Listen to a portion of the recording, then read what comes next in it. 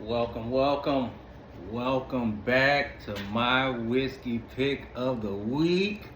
I'm Eric the Whiskey Guy, and as always, as usual, as advertised, I'm bringing you a treat this week. Now, I got a special treat this week. This week, we are doing a wife whiskey pick of the week. Yes, ladies and gentlemen, my wife picked out this bottle. I'm excited to dive right into it. I love it when she picks. She has never gone wrong. She is batting 1,000 when it comes to her picks for the week. She was the one that brought you the Blue Run. She also got a couple other ones that's in the inventory. And in a couple weeks ago, she was like, "Why haven't you did the one that I just got?" And bottles around here, they can get lost in the sauce, so I wanted to make sure to do the wife whiskey pick. This week it is the Bridge in Maine. Bridge in Maine. You probably never heard of it. I just found out about it, but I did a little bit of research, just a little bit, and I'm gonna go into that. But I'm excited to see what it does, because when it comes to old American straight bourbon, nothing says it more than Cleveland, Ohio. No, I'm just kidding, but yes, it is from Cleveland. So I kind of want to see how that goes. So we just gonna dive right into it. I appreciate y'all watching. Bridge in Maine. Now, Bridge in Maine, they really don't say too much when it comes to the whole company as a whole. I tried to do some research, and it started out. Now, what I did, because I kind of got an idea of the bourbons that I want to try, but every now and again you get one where I'm like, oh, okay, I gotta at least know what I'm talking about. So I tried to go on their website, looked around, and the website started off. This is what they did. So I'm gonna say that they're a very new company, green company. This is how they started off. It was like a bridge connects one world to the next, like Main Street. Every town has a Main Street.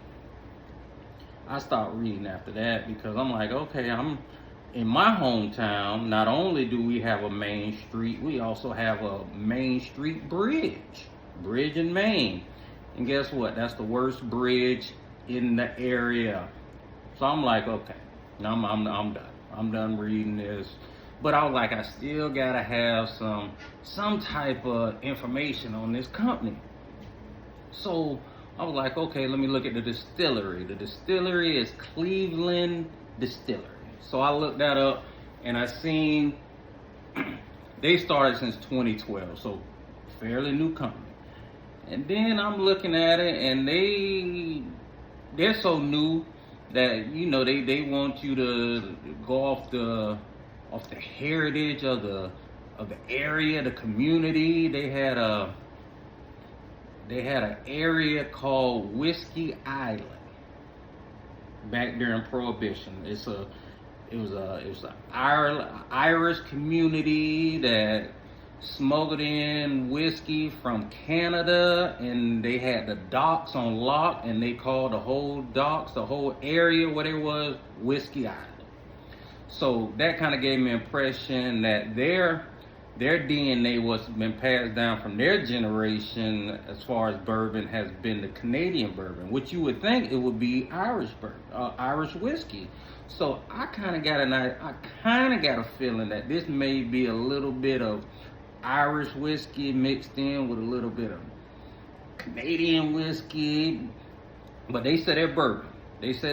And one thing that was kind of intriguing when I was doing a little research on it, they said that they got like the mash, the recipe for the bourbon is just enough to be bourbon. 51% corn, 41% mash or whatever, but it was 51 was corn, and they went out their way to say just enough to be bourbon.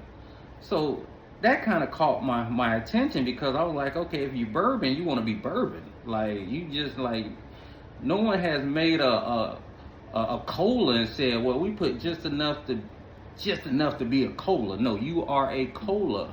So I'm thinking with the heritage that I've read, you know, Irish whiskey, Canadian whiskey, is we're whiskey, but we want to be put in the bourbon section, that's a big deal, because you're gonna get a lot more attention when you're in the bourbon section than you would be in just the regular whiskey section. That's my opinion. If you think about it, if you go to any liquor store, you walk down that aisle, you're gonna walk, and it's pretty much set up everywhere that you go. You're gonna have your Scotch section, and you go a little further, then you're gonna have your Irish whiskey, and then it kind of trickles down. They may throw in the Crowns, and then you got Jack Daniels, your Jim Beams, the Tennessee whiskeys, and then you got your bourbons. And then after that, they may throw in some Fireball, and you know you don't went too far. You got to make a U-turn, come back. So the closer you are, that it sounds like the closer they just want to be in that bourbon section. Don't put us down there with the scotches, because we're gonna get lost. Put us with the bourbons. That's what I'm thinking. That's what I'm thinking. But they're a new company.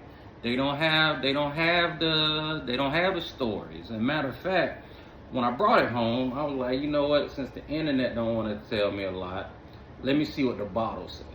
Now, the bottle itself, if you are new to the bourbon game, is better for you, because the less you know, the more you'll want to try it. Because see, me, if I would have seen this as soon as I would have seen Cleveland, Ohio, I would have been like, nah, I'm not getting that. I'll get that another day. I don't want to do Cleveland bourbon right now. But I was like, you know what? I'm gonna do it. Rice whiskey pick. But the less you know, you're gonna do it. Because once I seen that, like and then they don't really have too much on the internet. So I'm like, okay, let me read what the bottle says. And this is why I love doing these picks. This, and I quote, Bridge in Maine, American wheat.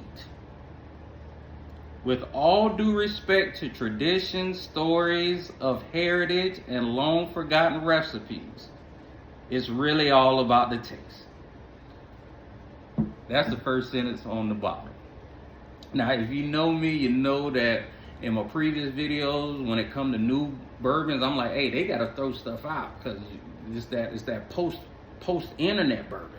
They gotta throw some stuff out. They gonna tell you, this ain't what your pappy drank. It ain't been passed down from. This bottle right here is a true example of we marking our own territory. Matter of fact, we're gonna mark it so much that we're gonna say we bourbon.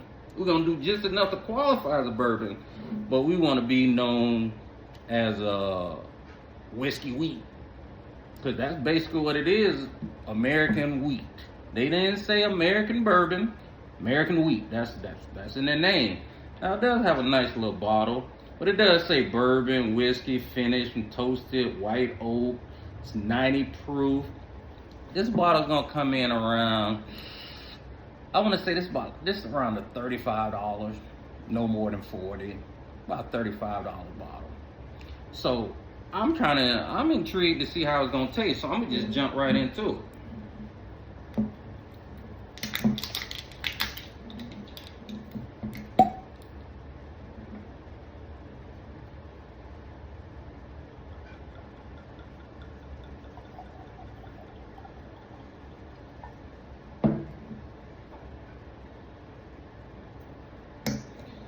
Let's see about the Bridge in Maine.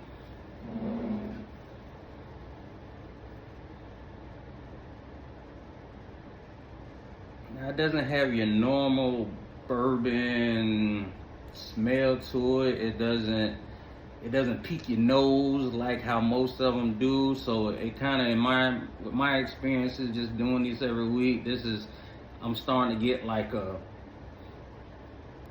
traveler's whiskey type vibe to it. Like this will probably be a shot type of whiskey or bourbon for me. I'm just getting that vibe just off the smell of it, but we'll find out. It may be some go down your throat hard, have your coughing type bourbon too. You never know.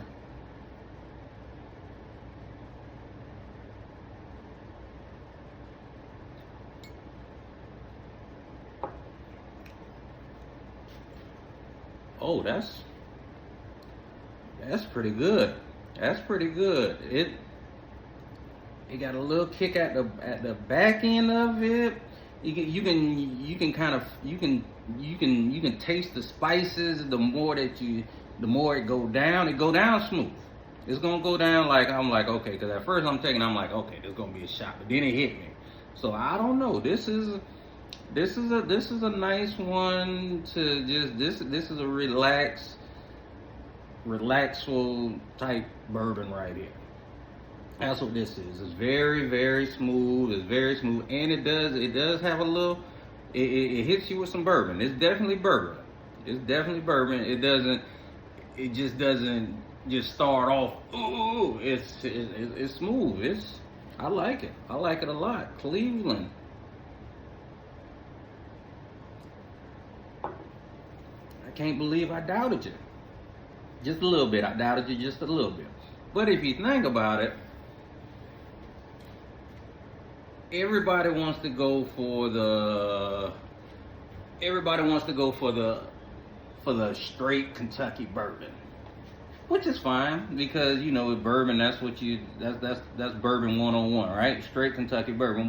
But what's right next to Kentucky? Ohio.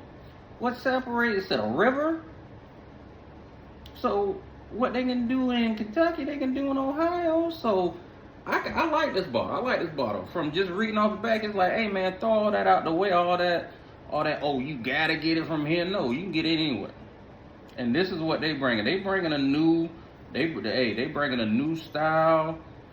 They getting away from that traditional bourbon because, like they say, it's all about the taste. And this is definitely a good one, especially like if you at the bar and you want to do shots. If you see this is gonna be your best shot to take. It is. Well, it's gonna be one of them as far as like your bourbons go, because it's not gonna have you standing at the bar, or just and you gotta walk it off. You can actually just sit there and just do shots of this. So this is definitely one that I would recommend. And if you just want to put it on ice or just drink it neat, it's great for that as well. This is like last week when I was talking about like how you got different regions. I think right now this is definitely a regional bourbon. It may be more local, but it's definitely getting its way around because it's all the way down here in Central Florida. So it's definitely getting its way around, and it's gonna be one of those ones in like 2 to 3 years, people gonna be talking about it more. That's what I think about it. I don't think people really want to try it because they don't know anything about it. Then, like I said, you try to do a little research, that's gonna throw you off. But if you just pull the trigger and get it, you would not be disappointed. It's one of those ones. It's a smooth. It's a great drink. It's a great one.